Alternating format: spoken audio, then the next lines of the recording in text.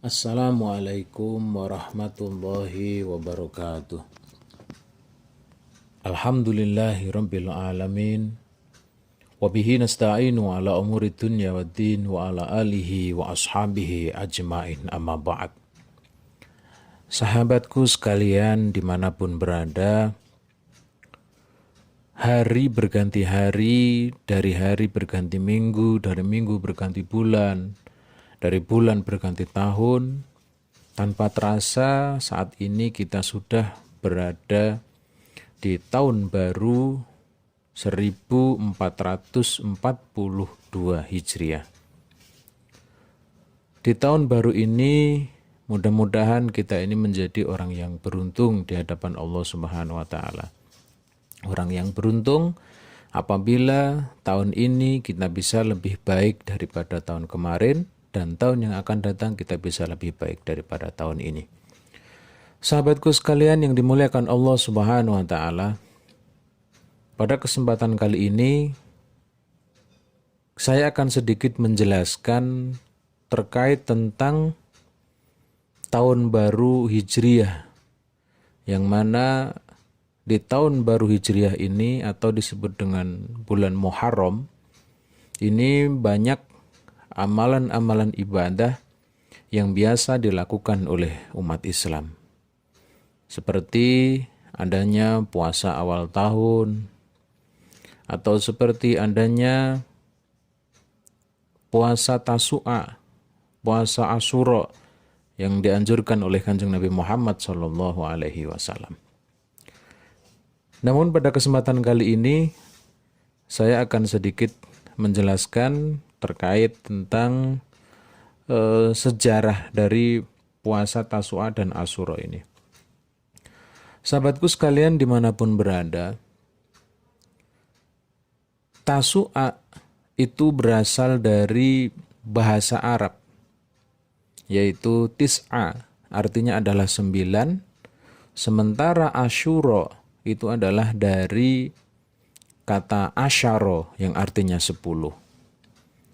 Puasa Tasu'a dan Asyura dikerjakan pada tanggal 9 dan tanggal 10 Muharram pada kalender Hijriah.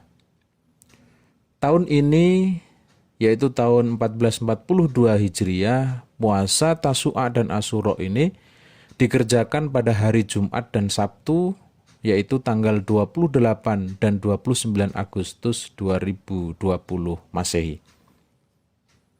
Hukum puasa ini adalah sunnah, dianjurkan untuk dikerjakan, namun tidak berdosa bagi yang tidak melakukannya. Rasulullah SAW bersabda, puasa itu bisa menghapuskan dosa-dosa kecil pada tahun kemarin. Hadis riwayat Muslim. Puasa Asyura sudah dilakukan oleh masyarakat Quraisy Makkah pada masa jahiliyah.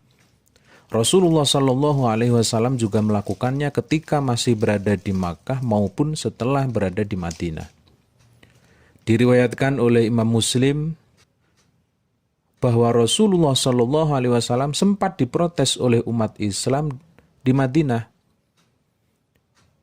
Ya Rasulullah, hari itu atau hari Asyura diagungkan oleh Yahudi.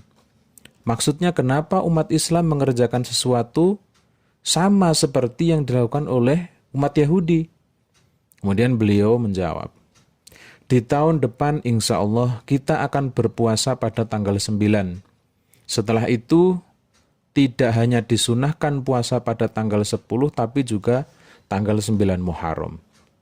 Sayangnya sebelum datang tahun berikutnya Rasulullah SAW telah wafat, dipanggil oleh Allah Subhanahu wa taala. Al-Hafidz Ibnu Hajar mengatakan keinginan beliau untuk berpuasa pada tanggal 9 dimaksudkan agar tidak persis seperti yang dilakukan oleh umat pada masa Nabi sebelumnya, yakni Yahudi dan Nasrani. Ini dijelaskan di dalam kitab Fathul Bari, juz 4 halaman 245.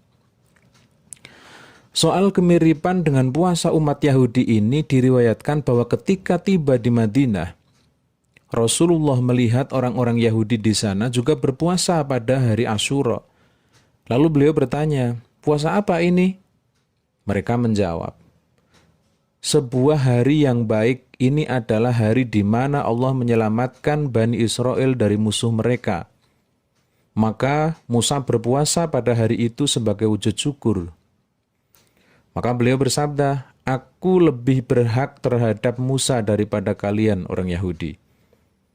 Maka kami akan berpuasa pada hari itu sebagai bentuk pengagungan kami terhadap hari itu. Hadis riwayat Bukhari. Sahabatku sekalian dimanapun berada, jauh-jauh hari setelah Rasulullah wafat, hari Asyura ini dijadikan oleh kelompok Syiah, yakni kelompok yang sangat mengagungkan Sayyidina Ali dan keluarganya sebagai hari berkabung, duka cita, dan menyiksa diri sebagai ungkapan dari kesedihan dan penyesalan. Dan kebetulan Sayyidina Husain terbunuh pada hari itu juga di padang Karbala.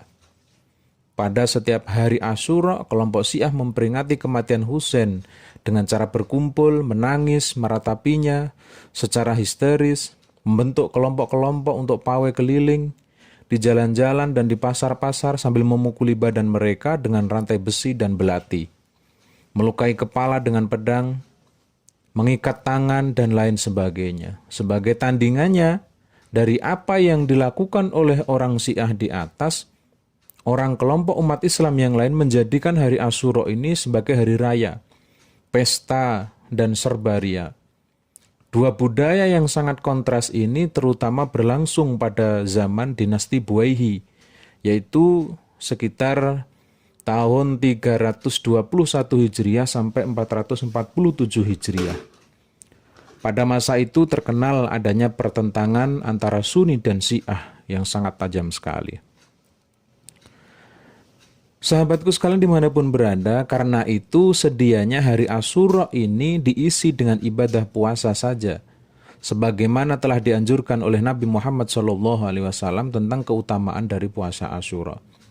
Ibnu Abbas menyatakan, saya tidak pernah melihat Rasulullah berpuasa pada suatu hari karena ingin mengejar keutamaannya selain hari ini, yakni hari Asyura, dan tidak pada suatu bulan selain bulan ini. Maksudnya adalah selain dari bulan Ramadan. Hadis riwayat Al-Bukhari.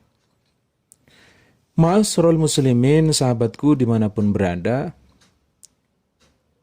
begitupun pengurus besar Nahdlatul Ulama, PBNU, menganjurkan pada hari Tasu'a dan Asyura ini, umat Islam di Indonesia juga memperbanyak istighfar, memohon ampun kepada Allah Subhanahu wa Ta'ala, membaca hauqala la haula wa la quwata illa billahil aliyil azim sebagai bentuk pengakuan bahwa tiada daya dan kekuatan kecuali dengan izin Allah Subhanahu wa Ta'ala.